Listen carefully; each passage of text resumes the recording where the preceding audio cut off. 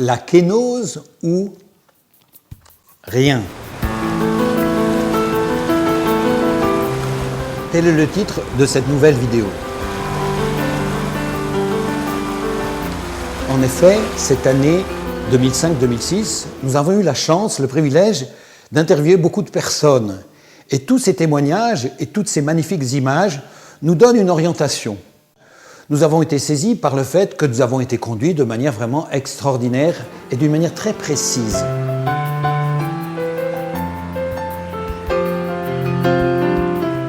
Nous avons été saisis par ce texte que vous connaissez bien, l'hymne aux Philippiens. En effet, saint Paul, en s'adressant aux premiers chrétiens, aux Philippiens, a repris ce vieux chant primitif de l'Église primitive. Et dans ce chant, il y a ce mot « kénose », où il est dit que Jésus s'est en quelque sorte vidé de lui-même. Kénosis, ça veut dire se vider de soi-même, ou que Jésus s'est comme en quelque sorte donné. Lui, qui était de condition divine, qui était en haut, il est descendu, il s'est fait homme, plus que ça, il s'est fait esclave, obéissant jusqu'à la mort sur une croix. Et en fait, il est remonté. Dieu l'a ressuscité d'entre les morts. Et avec lui, il entraîne chacun de nous, il entraîne tout le cosmos. C'est le mouvement de Christ parmi nous, c'est aussi le mouvement de la conversion. Et l'inverse est très dangereux. L'inverse, c'est l'esprit du monde. L'esprit du monde, c'est tout simple, c'est grandir, monter, dominer, être plus fort, être plus grand, mépriser le petit, dominer le petit. Et alors, c'est la chute, c'est la catastrophe, c'est toutes les guerres, c'est la division des chrétiens, c'est toutes les souffrances de l'humanité. Autrement dit, c'est la kénose, le chemin du Christ, ou la catastrophe, ou plus rien. Alors nous avons pensé que comme la liturgie nous propose des relectures, comme la parole de Dieu, nous pouvons toujours la relire, nous pouvons aussi relire ces images qui nous parlent de cette parole de Dieu.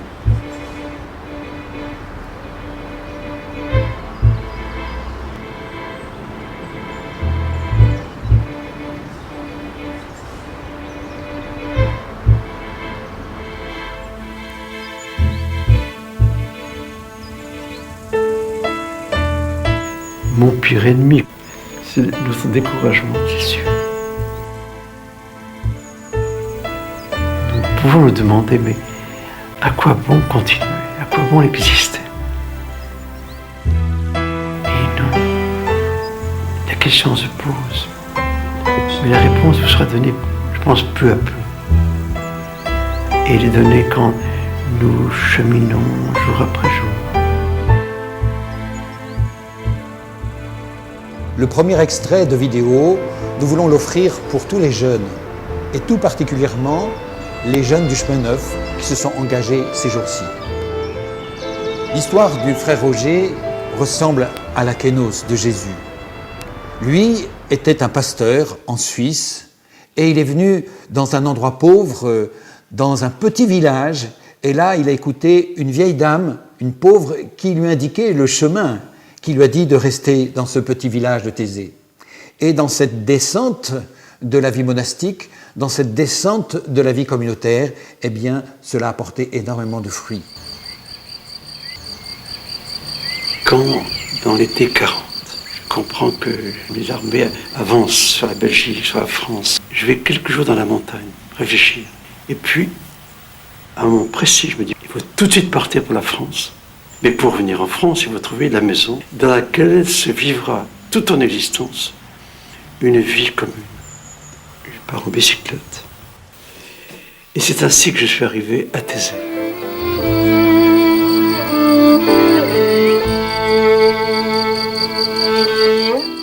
Tout était fermé.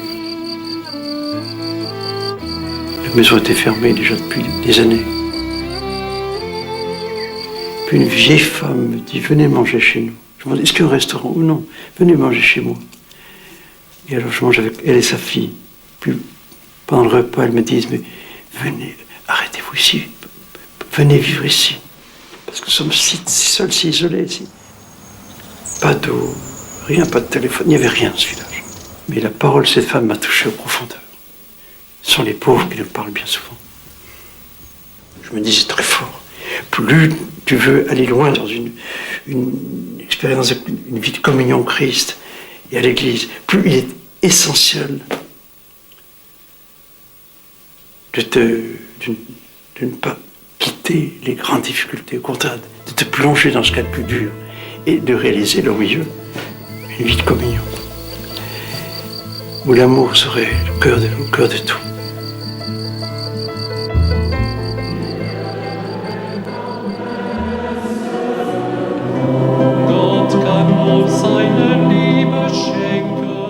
Nous ne pensions jamais dans nos vies, à Thésée, recevoir tant et tant de jeunes.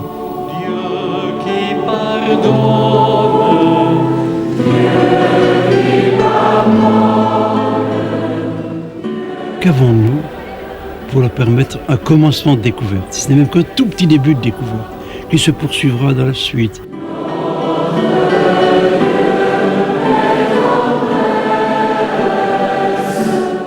Je crois que ce que nous avons de meilleur,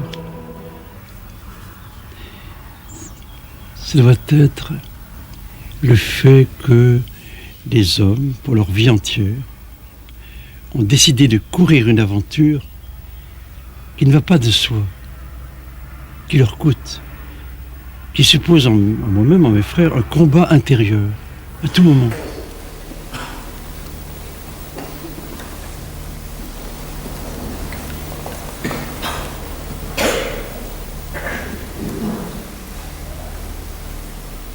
Je dirais volontiers, mais c'est pas si simple à comprendre, que le plus fort qu'ils vivent ici, c'est la prière commune. C'est l'événement que nous souhaitons pour nos propres vies. Matin, midi et soir.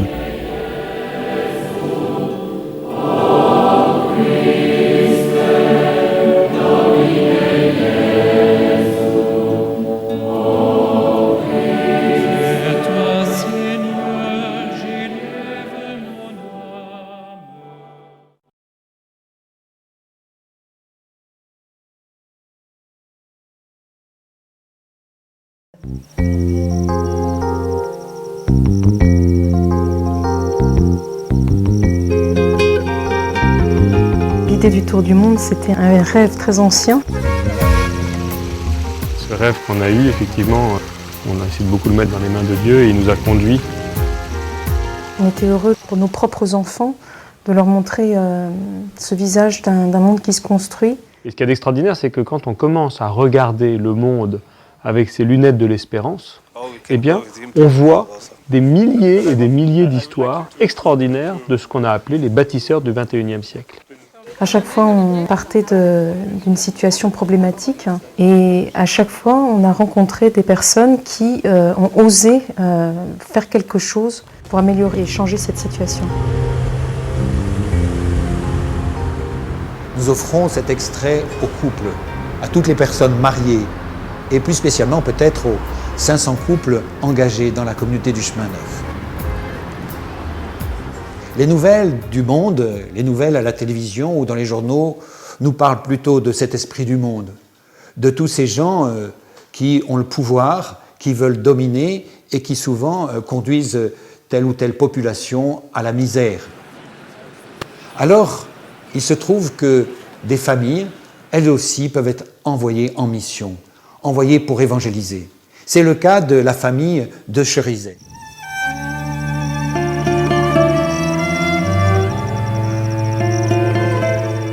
Comment vivre après un génocide qui, en 1994, a provoqué la mort d'1 million de Rwandais en 100 jours?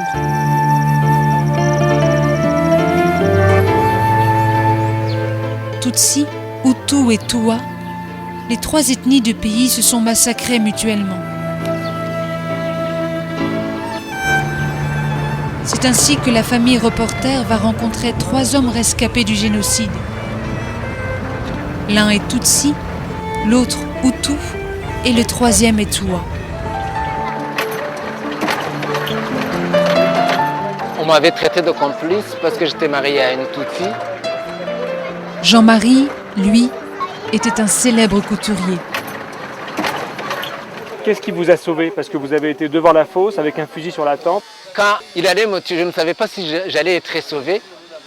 Je me suis, dans mon cœur, j'ai eu quelque chose qui me demandait de l'aimer, de le pardonner. Il m'a demandé à quoi tu penses. Je pense à toi, je veux que tu aies la paix, pour que j'aie la paix. Vous avez dit ça à votre tueur? Ouais. Et alors, comment il a réagi? Il s'est tué.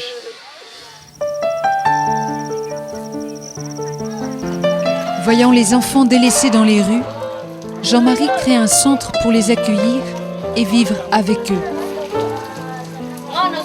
J'ai abandonné tout ce que j'avais comme activité sans savoir si je pourrais nourrir mes enfants parce que je me disais l'essentiel aujourd'hui ce n'est pas vêtir le corps.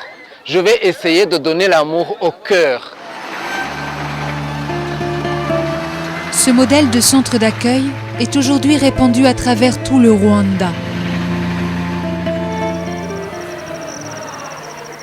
Aujourd'hui, Gérard, François-Xavier et Jean-Marie se sont unis pour animer des sessions de réconciliation ensemble à travers tout le pays.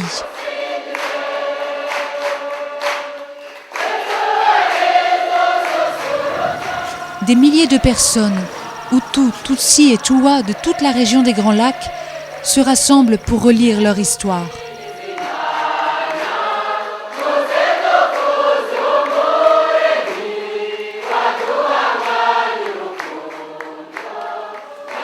Les gens peuvent s'asseoir ensemble et être vrais entre eux, se dire ce qui est sur le cœur, ne pas mettre des masques. Il n'y a aucune souffrance qui est petite, il n'y a aucune souffrance qui est à sous-estimer, chacune doit être valorisée pour être apaisée.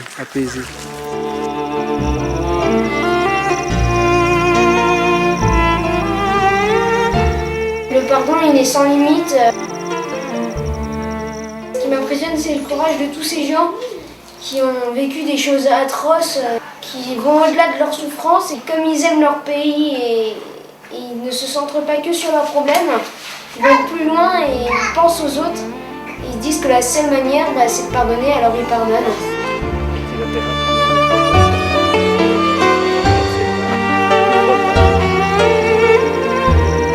Il y a une belle phrase de Gandhi, un arbre qui s'abat fait beaucoup de bruit, une forêt qui germe, on ne l'entend pas. Et c'est finalement en fait un petit peu ce qu'on peut déplorer. Et nous, notre rôle, c'est justement de travailler avec les médias pour voir comment on peut rendre médiatique une forêt qui germe, puisque c'est ça effectivement qui est le plus intéressant.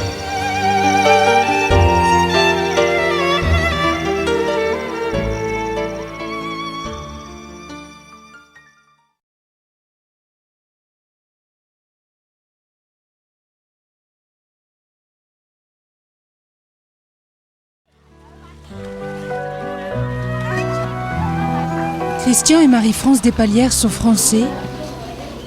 Après une vie bien active, remplie d'aventures dont 2 tours du monde avec leurs 4 enfants, ils vivent leur retraite au Cambodge où ils vont fonder l'association PSE pour un sourire d'enfant.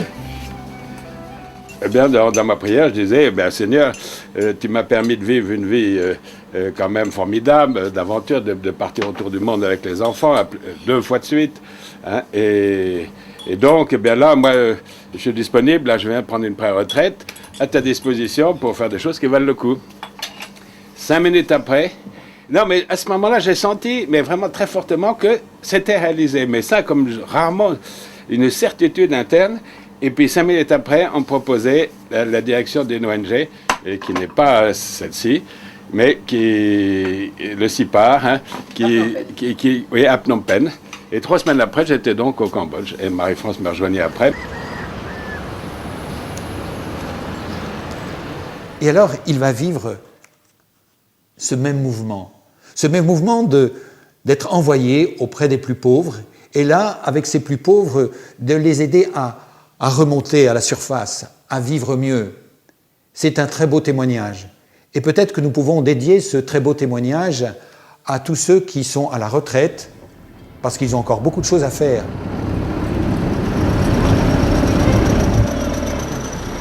C'était complètement dingue. C'est des gosses qui m'ont emmené de la ville, parce que je leur demandais où ils travaillaient, puis ils m'ont emmené ici.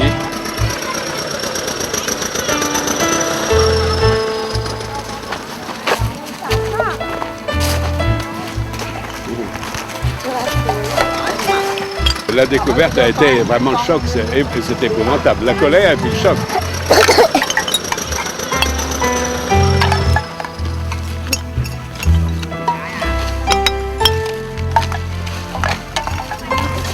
Quand tu as vu ça, tu ne peux pas rentrer chez toi et te dire ben c'est fini. Il fallait tout de suite faire quelque chose. C'était pas supportable de voir les enfants manger. Et dans la situation dans laquelle ils étaient, d'ailleurs, dans l'état de santé dans lequel ils étaient, c'est la survie quotidienne. C'est-à-dire que tu n'as pas pour le surlendemain.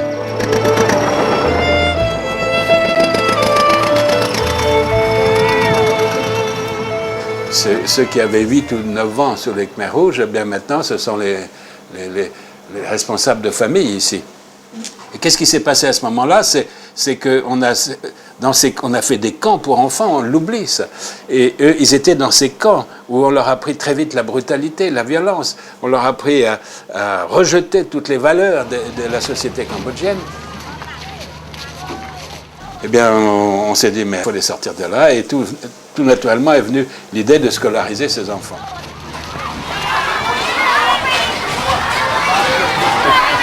Bonjour.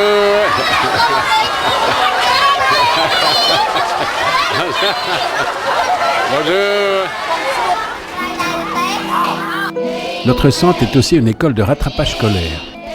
Beaucoup d'enfants de plus de 15 ans n'ont jamais été à l'école et il faut se dépêcher. Alors nous faisons plus de 2 niveaux scolaires en une seule année, avec une pédagogie très dynamique, très pratique, à laquelle nous formons nos professeurs. Les enfants sont extraordinaires. Par tout ce qu'ils ont vécu, ils savent la valeur de l'école et ils l'aiment. Ils s'appliquent, ils sont enthousiastes et réussissent vraiment très bien. C'est un vrai bonheur pour nous tous.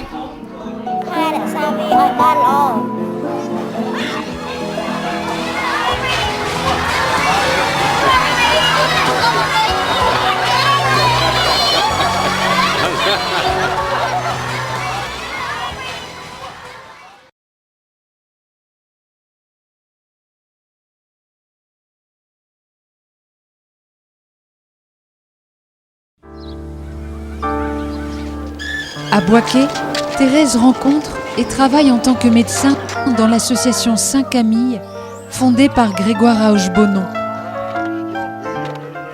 Ça a bouleversé ma vie. Parce que le Seigneur m'a donné de voir ce qu'on peut appeler un miracle au quotidien. J'ai rencontré donc ce centre à travers M. Grégoire. Grégoire Aoche-Bonon, originaire du Bénin, marié, père de 6 enfants, répond à cet appel du Seigneur en allant à la rencontre des oubliés de nos sociétés, les soi-disant irrécupérables, les malades mentaux. Il les accueille et vit avec eux dans ce centre, à Bouaké. Le 19 septembre 2002, la guerre éclate en Côte d'Ivoire. Bouaké devient zone de guerre entre les rebelles et les forces gouvernementales. Les exécutions se multiplient, la population fuit la ville. Thérèse, avec une vingtaine de membres de la communauté du Chemin Neuf, se réfugie à Abidjan.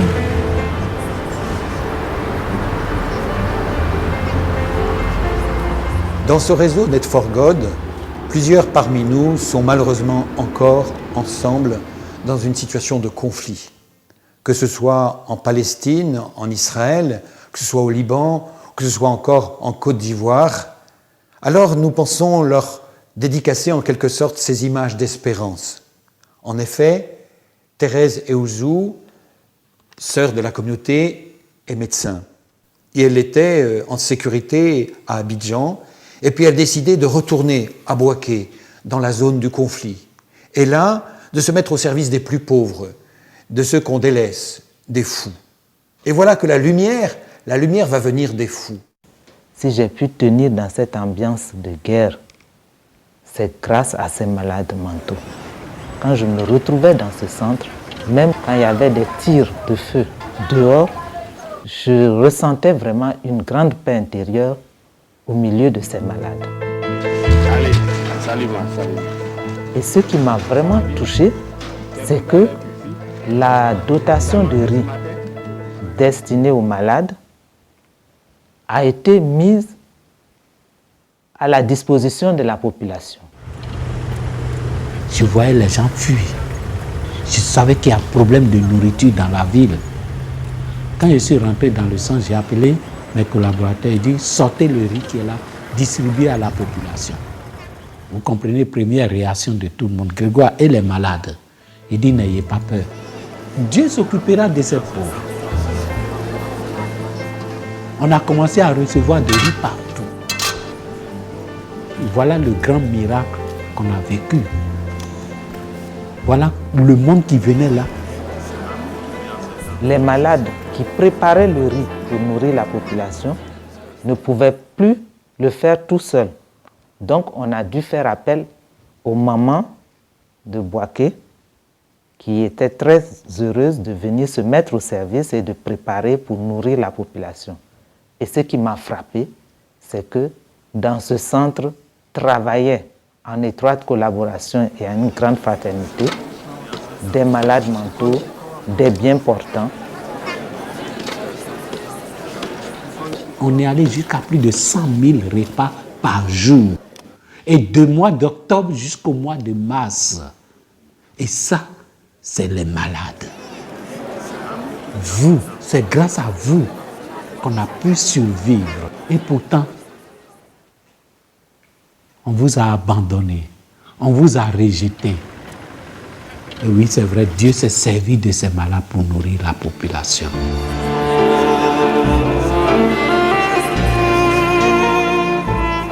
Vraiment, j'ai été évangélisé par ces personnes. Le Seigneur a beaucoup à nous apprendre à travers ces petits, ces rejetés, ces mal-aimés, ces méprisés. Ce qu'il y a de fou dans le monde, c'est ce que Dieu a choisi.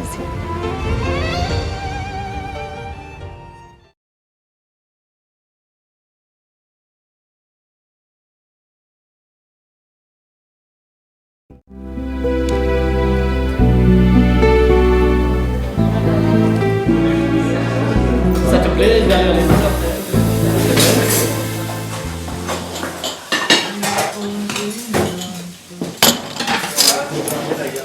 Marco, qu'est-ce qui est important pour toi à l'Arche? Pour moi, ce qui est important, c'est ce que je vis. Et qui est Jésus pour toi? Jésus, c'est mon ami. Pourquoi tu me demandes ça? Parce que j'ai besoin de le connaître aussi. Tu comprends? Oui, Et donc j'ai besoin que tu me parles de Jésus. oui. Moi, je suis servant de messe. Et Jésus, c'est tout pour moi. Je ne peux pas me séparer de lui.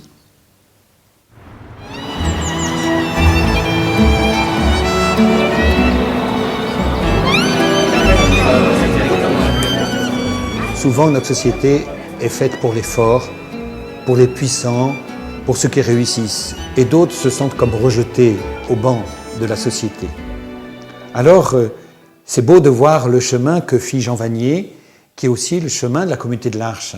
Jean Vanier avait devant lui une belle carrière de philosophe ou de marin, et il a décidé d'entrer, de descendre au service des personnes handicapées. Et là, c'est aussi comme un signe d'espérance pour nous.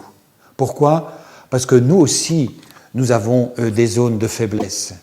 Nous aussi, nous avons certaines choses que nous voulons cacher au fond de notre être.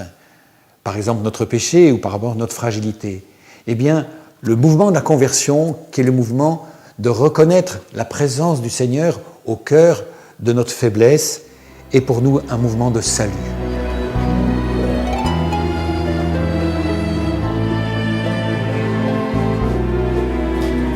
Je dis toujours que le fondement de l'Arche ou le fondement pédagogique de l'Arche, c'est juste dire à l'autre « je suis content de vivre avec toi ».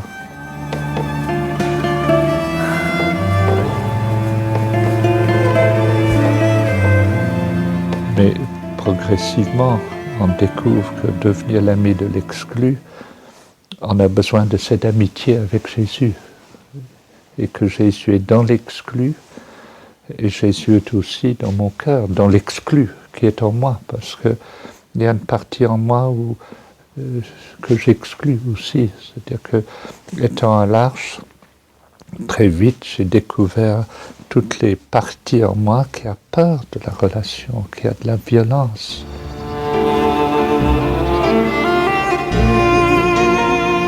C'est toujours cette question, comment être convaincu que c'est l'autre le plus pauvre qui me guérit.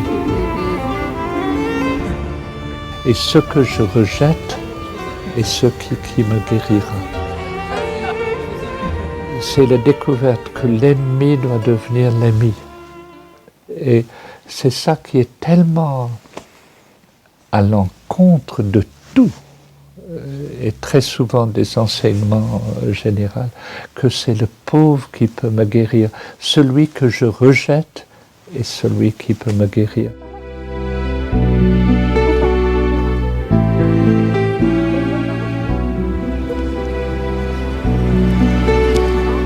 La paix ne peut venir que si je meurs à moi-même. Il faut que le grain de blé meure pour pouvoir porter beaucoup de fruits. Et qu'est-ce que c'est cette mort? Cette mort à soi-même, cette mort à ses compulsions. C'est de ne plus être gouverné par la peur, par les préjugés, mais d'être conduit par une certitude que je suis un enfant de Dieu et que tout est don, tout est cadeau de Jésus.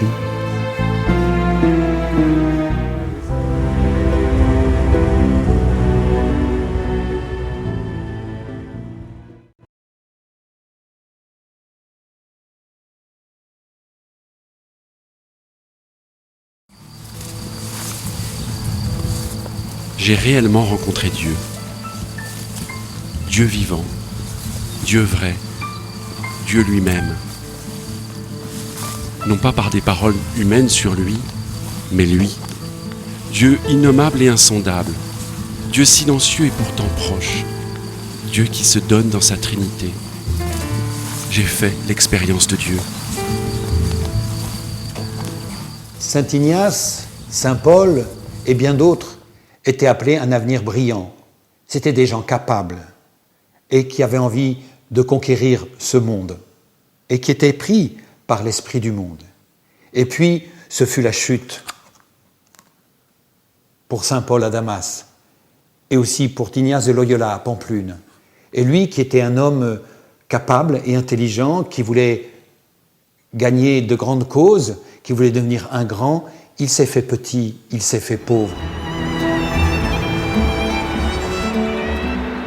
En 1528, Ignace arrive à Paris.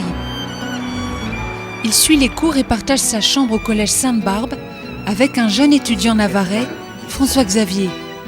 Parce que pour nous, orgueilleux que nous sommes, le chemin le plus dur n'est pas celui qui monte, mais celui qui descend. Et il faudra bien descendre un jour, tout à l'heure, dans un trou de terre meuble. Mais alors, que restera-t-il? À quoi sert de gagner le monde si on vient à perdre son âme? Ben, descendez, François, mais descendez bien. Descendre. C'est vrai que j'ai peur de descendre, moi. C'est vrai que moi, j'ai peur de demander tout et de risquer de perdre quelque chose. J'ai peur, moi, que mes jambes soient brisées. Peur de mourir, moi. Peur de moi me perdre.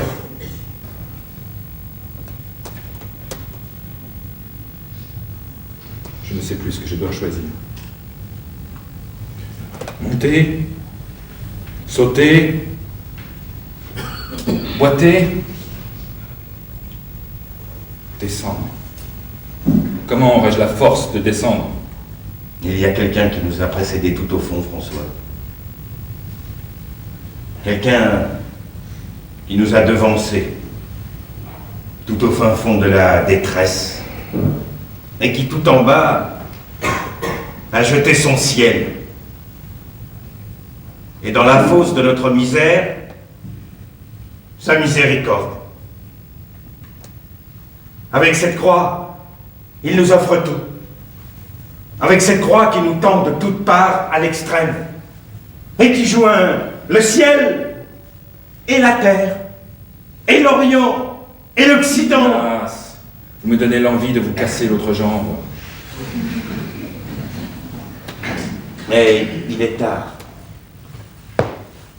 Avec ce sautillement obligé, je m'en vais à l'office du soir.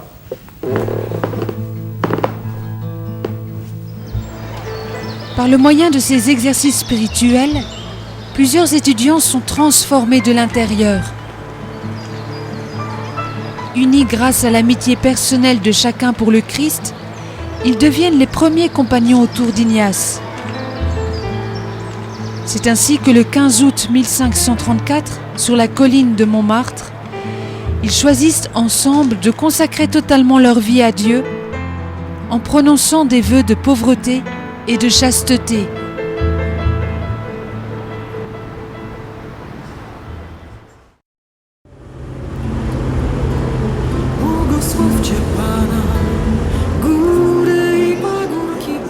En contemplant la force de ces paroles, la beauté de ces images, je peux être comme une girouette en allant à droite ou à gauche et perpétuellement hésiter entre plusieurs chemins à suivre.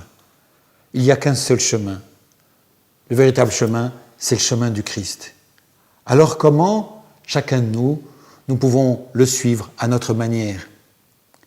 Quel est le petit commencement que je peux et même que je dois choisir? Comment descendre pour remonter avec le Christ? Comment laisser le Christ prendre ma main et le suivre?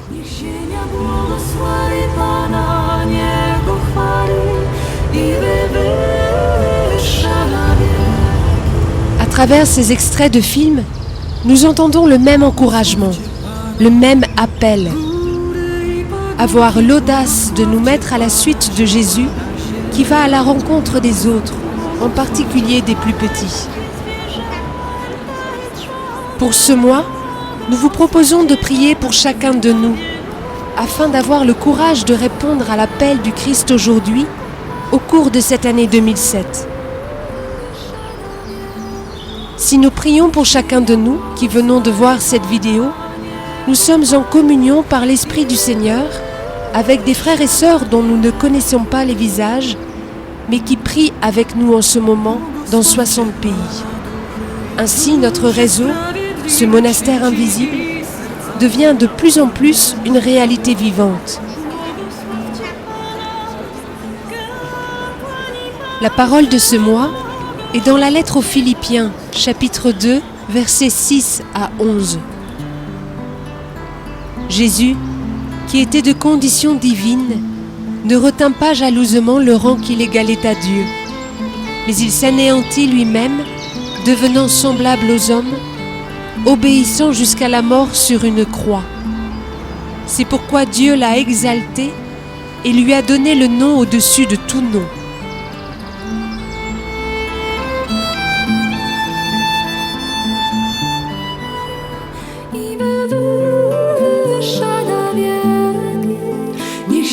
Błogosławi Pana, Niego chwali i wywyższa na wieki.